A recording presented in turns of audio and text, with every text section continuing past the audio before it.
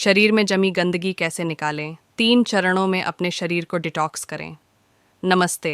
इस वीडियो में हम बात करेंगे कि आप अपने शरीर के अंदर बैठे कचरे से कैसे छुटकारा पा सकते हैं। दूसरे शब्दों में, अपने आंतरिक शरीर को स्नान कराएं। आपका वजन अपने आप कम हो जाएगा, आपकी त्वचा साफ हो जाएगी, अधिक ऊर्जा मिलेगी और बहुत अधिक मानसिक स्पष्टता। इससे पहले कि हम आगे बढ़ें, आइए चर्चा करें कि आपके हाथ से छूटने और आपके शरीर में प्रवेश करने के बाद आपके भोजन का क्या होता है। आप पहले से ही जानते होंगे कि सबसे पहले यह आपके पेट में जाता है, जहां यह टूट जाता है और फिर आपकी आंतों में जाता है और फिर अंत में यह शरीर से बाहर निकल जाता है। लेकिन क्या आपको लगता है कि प्रत्येक भोजन को इस चक्र को समाप्त करने में समान समय लगता है? बिल्कुल नहीं। फलों को पचने और ख़त्म होने में लगभग 3 घंटे लगते हैं। पेट में 1 घंटा, छोटी आंत में 1 और बड़ी आंत में 1 घंटा। सब्जियों को थोड़ा अधिक समय लगता है, लगभग 6 घंटे। अनाज के बारे में क्या, जिसमें मूल रूप से गेहूँ, चावल और दाल, फलियान शामिल हैं, कोई विचार? इन्हें पचाने और ख़त्म करने में 18 घंटे लगते हैं। बेशक ये आंकड़े आपको एक अनुमान देने के लिए अनुमानित हैं। मूल रूप से किसी पदार्थ में कम पानी होने पर इसे पचाना आपके शरीर के लिए कठिन होता है। अब अनाज को आपके सिस्टम से गुजरने में 18 घंटे लगते हैं और हम में से अधिकांश उन्हें दिन में 3 या यहाँ तक कि 4 बार खा रहे हैं। मतलब आखिरी भोजन पचने से पहले ही हम अधिक भोजन फेंक देते हैं और स्वाभाविक रूप से आखिरी भोजन बिना पचे ही रह जाता है। ये मल के माध्यम से हमारे शरीर से बाहर नहीं निकलता है, ये अंदर ही सड़ता है, खिंडवित होता है और क्षय होता है। ये हमारी आंतों के अंदर फफूंद, वायरस और फंगस पैदा करता है। क्या आपने लोगों की आंतों में टेपवर्म पाए जाने की डरावनी कहानियां सुनी हैं? अक्सर उन लोगों ने टेपवर्म नहीं खाया तो वे वहां कैसे पहुंचे? बृहदान्त्र में सड़ रहे अपाच्य भोजन के माध्यम से आपने यह कहावत सुनी होगी, आप वही हैं जो आप खाते हैं। सच है, लेकिन इससे भी महत्वपूर्ण बात यह है कि आप वही हैं जो आपने खाया। वह बर्गर जो आपने 1 साल पहले खाया था, हो सकता है कि वह अभी भी आपके अंदर बैठा हो। सामग्री जैसे कि ब्रेड, पनीर, ये सभी नमकीन, स्नैक्स, बिस्कुट, चाय, कॉफ़ी, फास्ट फूड, चीनी और ज़्यादातर वह सब कुछ जो सीधे तौर पर प्रकृति से नहीं आता है, उसे पचाना और ख़त्म करना बेहद मुश्किल होता है। यह हमारी आंतों की दीवारों से चिपक जाता है और गाढ़ा रूप बना लेता है। कोटिंग, हमारी आंत अंदर से ऐसी दिखती है। हमारी आंतों की दीवारों में लाखों छोटी अंगुलियों जैसे उभार होते हैं, जिन्हें विली कहा जाता है। जो भी भोजन आंतों की दीवार के संपर्क में आता है, ये विल्ली उसे अवशोषित करते हैं और रक्त प्रवाह में ले जाते हैं और वहाँ से इसे शरीर की प्रत्येक कोशिका तक पहुँचाया जाता है। अब कल्पना करें, यदि आंतों में सड़ा हुआ मृत अपशिष्ट चिपक गया है, जिसे विली अवशोषित करती है और हर कोशिका तक ले जाती है, तो स्वाभाविक रूप से यह अपशिष्ट हमारे अंगों को घेर लेता है, उनके कामकाज को अवरुद्ध कर देता है और हम इसे बीमारी कहते हैं। यह हमारी त्वचा की परतों में चिपक जाता है। हम इसे मुंहासे, एक्जिमा, सोराइसिस कहते हैं। यदि यह गुर्दे या पित्ताशय में पत्थर बन जाता है तो हम इसे पत्थर कहते हैं। अतिरिक्त वजन के बारे में क्या? यदि आप कमर खोना चाहते हैं तो आपको अपशिष्ट खोना होगा। यदि अपशिष्ट रक्त को भारी बनाता है जिससे हृदय इसे अधिक दबाव के साथ पंप करता है तो हम इसे उच्च रक्तचाप कहते हैं। यदि यह अंडाशय में जमा हो जाता है तो हम इसे सिस्ट कहते हैं।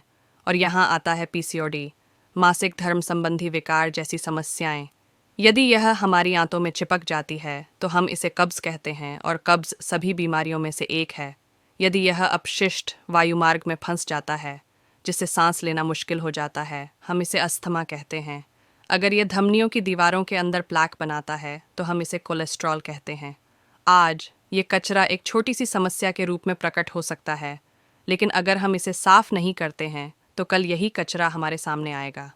ट्यूमर या कैंसर कोशिका जैसी अधिक विनाशकारी अवस्था ले लें। इस अपशिष्ट को, इन विषाक्त पदार्थों को बाहर निकालने से रोग अपने आप ठीक हो जाते हैं। जो शरीर आंतरिक रूप से स्वच्छ होता है उसमें कोई भी रोग टिक नहीं सकता है। ये मानव शरीर हमारे लिए प्रकृति माँ का अनमोल उपहार है। जल्द ही हम इसे उसे वापस लौटा देंगे। हमारे पास जो समय है उसे साफ रखना, ऊर्जा और स्वास्थ्य से भरपूर रखना हमारा कर्तव्य है, जिस तरह से उसने इसे डिज़ाइन किया है। मान लीजिए कि एक कार पेट्रोल से चलती है। यदि आप उस कार में डीजल डालते हैं जो पेट्रोल के लिए बनी है, तो जाहिर तौर पर यह काम नहीं करेगी। इसे काम करने के लिए आपको पहले डीजल निकालना होगा और फिर पेट्रोल डालना होगा। हमारे साथ भी ऐसा ही है। हमारा शरीर इसी के लिए बना था, लेकिन हमने गलती से इसे यह खिला दिया। कोई आश्चर्य नहीं, ये ठीक से काम नहीं कर रहा है। तो चरण 1 है खराब चीज़ों को बाहर निकालना, अपशिष्ट, और चरण 2 है अच्छी चीज़ें, सही भोजन लेना। इस वीडियो में हम चरण 1 को कवर करेंगे, अगले में हम चरण 2 को कवर करेंगे। कृपया कृपया देखें अंत तक ताकि आप चूक ना जाएं, क्योंकि मैं आपके साथ वही साझा करूंगी जो आपको करने की आवश्यकता है। नंबर 1 चीज़ जो आपको शुरू करने की आवश्यकता है वह है इंटरमिटेंट फास्टिंग। अब कृपया इससे भयभीत ना हो। मैं आपसे वादा करता हूँ कि यह कठिन नहीं है। देखिए, वह उपचार शक्ति जो विषाक्त पदार्थों को दूर करेगी, बीमारी को ठीक करेगी और आपका वजन कम करेगी, वह आपके शरीर के अंदर बैठी है, किसी गोली या वैक्सीन या दवा में नहीं। डॉक्टर जो आपको ठीक करता है वह आपके शरीर के अंदर है, और रुक रुक कर होता है। उपवास करके आप इस उपचार शक्ति को अपना काम करने दें। और इसका प्रमाण है कि जब आप एक हड्डी तोड़ते हैं तो उसे आराम देने के लिए, उसे अपनी जगह पर रखने के लिए आपकी बांह पर एक प्लास्टर लगाया जाता है। कुछ ही दिनों में हड्डी अपने आप जुड़ जाती है। ऐसा नहीं है कि प्लास्टर में कोई दवा है। तो वह कौन सी चीज़ है जो उस टूटी हुई हड्डी को जोड़ देती है? ये आपकी उपचार शक्ति है। ये उपचार शक्ति एक बहुत बड़ी शानदार शक्ति है। यदि यह टूटी हुई हड्डी को जोड़ सकती है, तो क्या यह आपके शरीर में पत्थरी, गांठ, सिस्ट को नहीं तोड़ सकती है? आपके शरीर में गांठें, सिस्ट, क्या यह उन विषाक्त पदार्थों को दूर नहीं कर सकता? क्या यह मधुमेह, रक्तचाप, मोटापा या गठिया का इलाज नहीं कर सकता? बेशक ऐसा हो सकता है, क्योंकि उपचार करने वाली शक्ति को यह नहीं पता कि आपकी बीमारी को क्या कहा जाता है। ये शर्तें डॉक्टरों द्वारा दी गई हैं। एक बार जब उपचार शक्ति ठीक होने लगती है तो यह सब कुछ ठीक कर देती है, चाहे वह कहीं भी स्थित हो, चाहे वह कितने समय से वहाँ हो। अब आइए समझें कि हमारी उपचार शक्ति कैसे काम करती है। उपचार शक्ति एक समय में केवल एक ही काम कर सकती है, या तो पाचन या उपचार। हम अपनी उपचार शक्ति को कभी भी अपना काम नहीं करने देते हैं। हम लगातार इसे बाधित करते रहते हैं, हम इसे भटकाते रहते हैं, हम इसमें खलल डालते रहते हैं। तुम्हें पता है कैसे? हमेशा खाते रहने से। जैसे ही हम कुछ खाते हैं, यह उपचार शक्ति वह सब कुछ छोड़ देती है जो वह पहले कर रही थी, और हमारे भोजन को पचाना और ख़त्म करना शुरू कर देती है। दुर्भाग्य से हम लगातार खा रहे हैं नाश्ते के लिए। हमारे पास टोस्ट के 2 स्लाइस हैं। इससे पहले कि यह पच जाए, हम चावल के एक कटोरे में डाल देते हैं दोपहर के भोजन के लिए। चावल पचने से पहले हमने रात के खाने के लिए 2 चपातियाँ डाल दीं। इसलिए पेट लगातार 24 घंटे, सप्ताह के 7 दिन काम कर रहा है। कभी छुट्टी नहीं मिल रही है। यदि आप चाहते हैं कि यह उपचार शक्ति अपना काम करे, आपको समय समय पर पाचन को ब्रेक देना चाहिए। हमारा सुझाव है कि आप हर रात अपने पेट को 16 घंटे का ब्रेक दें। उदाहरण के लिए, यदि आप रात 8 बजे खाना खाते हैं तो अगले दिन दोपहर 12 बजे से पर 12 बजे आपको भोजन का आपका पहला ठोस भोजन। आप मूल रूप से यह कर रहे हैं कि आप प्रतिदिन 16 घंटे का उपवास कर रहे हैं और 8 घंटे की अवधि में भोजन कर रहे हैं। इसे आंतरायिक उपवास या 16 घंटे का उपवास कहा जाता है। दोपहर 12 बजे से पहले आप नारियल जैसे आसानी से पचने योग्य तरल पदार्थ ले सकते हैं, पानी या सब्जियों का रस, लेकिन फलों का रस, चाय, कॉफ़ी या दूध बिल्कुल नहीं। ये वास्तव में आपके विचार से कहीं अधिक आसान है, क्योंकि अधिकांश समय आप खाना नहीं खा रहे होते हैं, आप सो रहे होते हैं। उपवास आपको पहली बार में असामान्य लग सकता है, लेकिन वास्तव में प्रकृति ने हमारे शरीर को इसी तरह से डिज़ाइन किया है। हमारे शिकारी पूर्वजों ने ऐसा किया था। सुपरमार्केट, रेफ्रिजरेटर या भोजन साल भर उपलब्ध नहीं होता है। कभी कभी हमें खाने के लिए कुछ भी नहीं मिलता है, और हमारा शरीर उपवास करने में सक्षम होने के लिए विकसित होता है। यदि कुछ भी हो, दिन में 4 बार लगातार खाने की तुलना में समय समय पर उपवास करना अधिक प्राकृतिक है। आप कितने घंटे उपवास करना चाहते हैं, ये पूरी तरह आप पर निर्भर करता है। कि कुछ लोगों को दोपहर 12 बजे तक खाना न खाना मुश्किल लगता है, लेकिन उन्हें अपना आखिरी भोजन शाम 6 बजे खाना आसान लगता है। इस मामले में आप रोज़ाना शाम 6 बजे से अगली सुबह 10 बजे तक उपवास कर सकते हैं। अगर आप कामकाजी व्यक्ति हैं और रात को 9 बजे खाना खाते हैं, तो अगले दिन कम से कम 1 बजे तक उपवास रखें। रोज़ाना 16 घंटे के उपवास के माध्यम से आपके शरीर को हर रोज़ थोड़ा उपचार करने का मौका मिलता है। यदि शुरुआत में 16 बहुत ज़्यादा है तो 14 से शुरू करें। और खिंचाव, ये ठीक है, आप पहले से ही 12 घंटे का उपवास कर रहे होंगे। ये मुश्किल नहीं है। मान लीजिए कि आपने रात 8 बजे रात का भोजन किया है और अगली सुबह 12 बजे अपना पहला ठोस भोजन किया है। यदि आपका रात्रि भोज स्वस्थ है तो संभवतः 6 घंटे में पच जाएगा। इसलिए रात 8 बजे से 2 बजे तक आपके पाचन के घंटे चल रहे हैं। जैसे ही उपचार शक्ति पचने लगती है, ये ठीक होना शुरू हो जाता है। तो अगले 10 घंटे आपके उपचार के घंटे होंगे। ये तब होता है जब ये ऊतकों का पुनर्निर्माण करता है, पुराने निशानों को मिटाता है, आपकी त्वचा में पुरानी क्षतिग्रस्त या मृत कोशिकाओं को प्रतिस्थापित करता है। ये आपके गुर्दे और पित्ताशय में पत्थरों को घोलता है, कोशिकाओं से अतिरिक्त वसा को हटाता है, हार्मोन सिस्ट, फाइब्रॉइड को तोड़ता है और आपकी आंतों को साफ करता है। आपके वायुमार्ग को अवरुद्ध करने वाले बलगम को हटाता है और आपकी धमनियों में प्लाक को साफ करता है। आपकी उपचार शक्ति हर अंग की गहराई में जाती है और वहाँ पड़े विषाक्त पदार्थों को बाहर निकालती है और उन्हें मल, मूत्र, पसीने या सांस के माध्यम से आपके शरीर से बाहर निकाल देती है। अब यह भी बहुत महत्वपूर्ण है कि आपका रात का खाना हल्का भोजन हो। हम सलाद खाने का सुझाव देते हैं, या सूप यदि आप चपाती, चावल या दाल जैसे अनाज से भरा भारी भोजन खाते हैं। इसे पचाने में अधिक घंटे लगेंगे, जिससे आपको ठीक होने में कोई समय नहीं लगेगा या बहुत कम समय लगेगा। यहाँ वह आहार है जिसकी हम अनुशंसा करते हैं। सुबह में नारियल पानी जैसे जूस लें, या सबसे अच्छा लौकी का रस। यदि वे उपलब्ध नहीं हैं, किसी भी मौसमी का जूस लें। सब्जी 2 घंटे बाद नाश्ता करें, जिसमें आपके पास ताज़े मौसमी फलों की एक बड़ी थाली है। दोपहर के भोजन के लिए अनाज लें, सब्जी, चपाती या ब्राउन चावल या क्विनोआ। जैसा कि हमने आपको हमारे अन्य वीडियो में दिखाया है, अनाज खाना महत्वपूर्ण है कम से कम, और जितना हो सके सब्जियां रात के खाने के लिए सलाद या सूप लें। यदि आपको बीच में भूख लगती है तो नारियल पानी या ताज़ा कसा हुआ नारियल लें। इसके अलावा अधिक भोजन न करें। किसी अच्छी चीज़ की बहुत अधिक मात्रा उतनी अच्छी नहीं होती। ऐसा मत सोचो कि अगर मैं पूरी तरह से स्वस्थ खा रहा हूँ तो मैं जितना चाहूँ उतना खा सकता हूँ। खाने की मेज़ से उठने से पहले हमेशा अपने पेट में थोड़ी जगह छोड़ दें। आप किसी बीमारी से कितनी जल्दी ठीक हो जाते हैं, ये इस बात पर निर्भर करता है कि आप अपने शरीर को उपचार के लिए कितने घंटे देते हैं। यदि आप हर रात 16 घंटे का उपवास कर रहे हैं, तो एक में सप्ताह आपने 112 उपचार घंटे दिए हैं। 1 महीने में लगभग 450 घंटे, 3 महीने में लगभग 1500 घंटे और 1500 एचएच में मधुमेह, कोलेस्ट्रॉल, पीसीओडी जैसी सभी पुरानी बीमारियों को जड़ से ठीक किया जा सकता है। यदि आप युवा हैं या आपकी समस्या इतनी पुरानी नहीं है, तो संभवतः इसमें आपको बहुत कम समय लगेगा। बस ये सुनिश्चित करें कि आप भी वही आहार लें जो मैंने आपको दिया है। हम यहाँ जो कर रहे हैं वह उपवास के माध्यम से टाइप II मधुमेह और इसकी सभी डाउनस्ट्रीम जटिलताओं को उलट रहा है। ये उससे बहुत अलग है जब कोई बस कैलोरी में कटौती करता है। खतरनाक वसा से छुटकारा पाने में उपवास 6 गुना बेहतर है। संभवतः संख्या 1 चीज़ जिस पर मैंने गौर किया वह है वज़न नियंत्रण। मैं 7 दिनों तक चली और 20 पाउंड वज़न कम किया, 40 पाउंड वज़न घटाया। ये कभी वापस नहीं मिला। मैंने 100 पाउंड के करीब वज़न कम किया है और अभी भी गिनती जारी रख रही हूँ। आप वास्तव में पहले से कहीं अधिक कठिन वर्कआउट कर सकते हैं। मैंने हमेशा खाली पेट वर्कआउट किया है। उपवास की स्थिति, मैं प्रतिदिन 210 यूनिट इंसुलिन ले रही थी और उपवास के बाद से मैंने इंसुलिन नहीं लिया है। उपवास ने मेरी जान बचाई। ये दवा से बेहतर है। मैं उच्च रक्तचाप के साथ साथ कोलेस्ट्रॉल के लिए भी दवा ले रही थी और 2 सप्ताह बाद वह आई और उसकी बीपी सामान्य थी और मैं अब स्टैटिन दवा नहीं ले रही हूँ।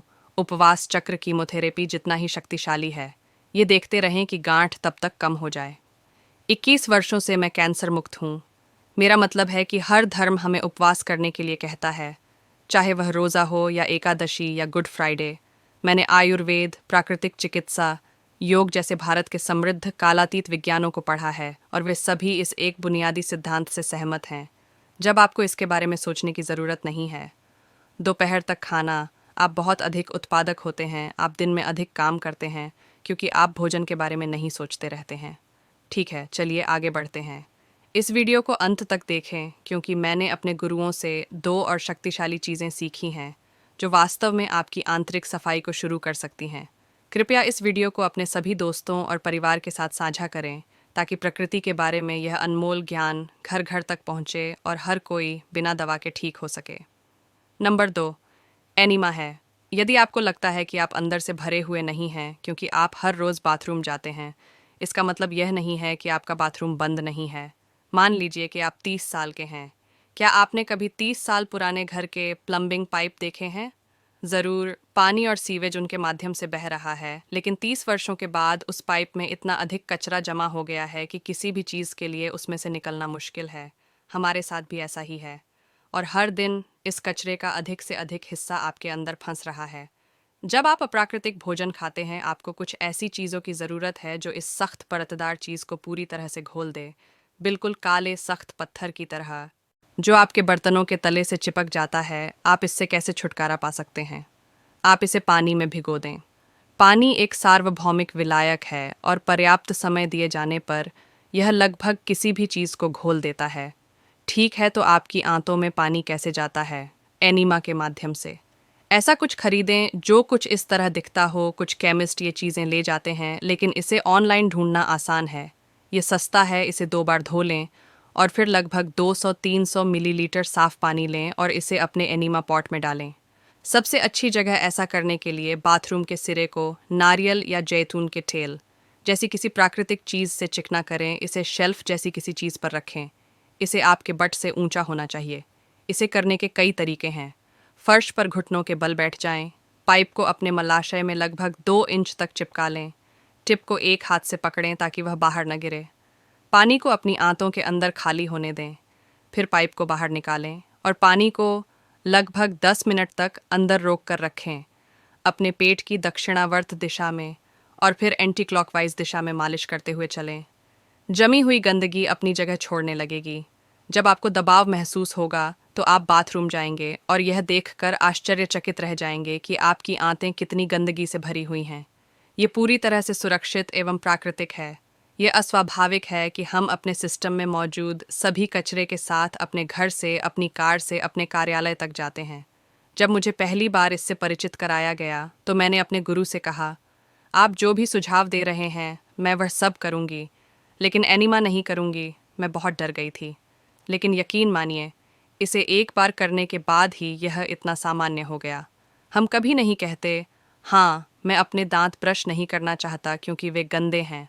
फिर अपनी आंतों के बारे में भी ऐसा क्यों कहें? सुबह बाथरूम जाने के बाद खाली पेट एनिमा लेना सबसे अच्छा है। यदि सुबह संभव नहीं है तो आप इसे दिन में किसी भी समय ले सकते हैं। बस इतना अंतर रखना सुनिश्चित करें। अपने भोजन और एनिमा के बीच 2-3 घंटे का समय लें। यदि आप अभी इस जीवन शैली का पालन करना शुरू कर रहे हैं तो 3 सप्ताह तक प्रतिदिन एक बार एनिमा लें। 3 सप्ताह के बाद इसे सप्ताह में केवल एक बार या जब भी आवश्यकता हो लें। चिंता न करें, आप इस पर निर्भर नहीं रहेंगे। यदि आपको सर्दी, खांसी, बुखार, पेट दर्द है या आप बीमार महसूस करते हैं तो इसे दिन में 2-3 बार और भी अधिक बार करें। नंबर 3 है वेट पैक। कभी कभी अपशिष्ट या विषाक्त पदार्थ हमारे रक्त में स्थिर हो जाते हैं। उन्हें प्रसारित करने का सबसे अच्छा तरीका ठंडा गीला पैक है। लगभग 1 बाई 2.5 मीटर का एक सफ़ेद सूती कपड़ा लें। इसे लगभग 10 इंच चौड़ी एक लंबी पट्टी में मोड़ें। इसे ठंडे पानी में डुबोएं, जितना ठंडा आप आसानी से सहन कर सकें, और इसे निचोड़ें। इसे पेट के चारों ओर लपेटें और इसे अंदर रखें ताकि यह बाहर ना निकले। गिर न जाए। आपकी नाभि कपड़े की पट्टी के बीच होनी चाहिए।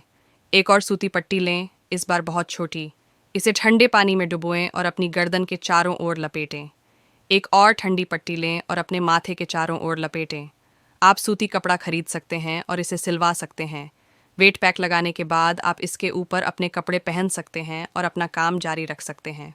आपको एक जगह बैठने की ज़रूरत नहीं है। इसे लगभग 30-40 मिनट तक लगा रहने दें। आप इसे कभी भी लगा सकते हैं, भोजन से पहले या बाद में भी। जब यह चालू हो तो कुछ भी न खाएं या पिएं। गर्मियों में इसे दिन में 2 बार करें, एक बार सुबह और एक बार शाम को। दिन में कम से कम 1 बार, 2 बार। नहीं तो आप इसे सर्दियों में कर सकते हैं। जिन हिस्सों पर गीला पैक लगाया जाता है शरीर ठंडा हो जाता है, आपके शरीर का बाकी हिस्सा गर्म रहता है। आपके शरीर में 2 तापमान बने रहते हैं। रक्त संचार करना शुरू कर देता है रक्त के साथ, यहाँ तक कि अपशिष्ट भी प्रसारित होता है। ये अपनी जगह छोड़ना शुरू कर देता है। गीला पैक आपके भोजन को पचाने में आश्चर्यजनक रूप से प्रभावी है, और पेट की चर्बी को कम करने वाला वेट पैक अपच, अल्सर, आईबीएस, एसिडिटी जैसे इलाज करता है। चाहे आपको कोई भी बीमारी हो, वेट पैक को सभी हिस्सों, पेट, गर्दन और सिर पर लगाएं, क्योंकि वे सभी जुड़े हुए हैं। सिर दर्द या माइग्रेन होने पर तुरंत राहत के लिए सेब का वेट पैक। ये बहुत सामान्य लगता है। आप सोच सकते हैं कि कपड़े का यह टुकड़ा मेरे शरीर को कैसे डिटॉक्स कर सकता है, लेकिन वास्तव में वेट पैक जादू की तरह काम करता है। इसलिए मुझे आशा है कि अब तक आप ठीक से जान गए होंगे कि शरीर को आंतरिक रूप से कैसे साफ किया जाए। मैं आपको अधिकतम लाभ प्राप्त करने के लिए डिटॉक्सिंग के सभी 3 तरीकों को एक साथ अपनाने का सुझाव देती हूँ। इस वीडियो को देखने के लिए आपका धन्यवाद। अगर आपको यह वीडियो पसंद आया हो तो इसे लाइक करें, कमेंट करें और अपने दोस्तों के साथ शेयर करें।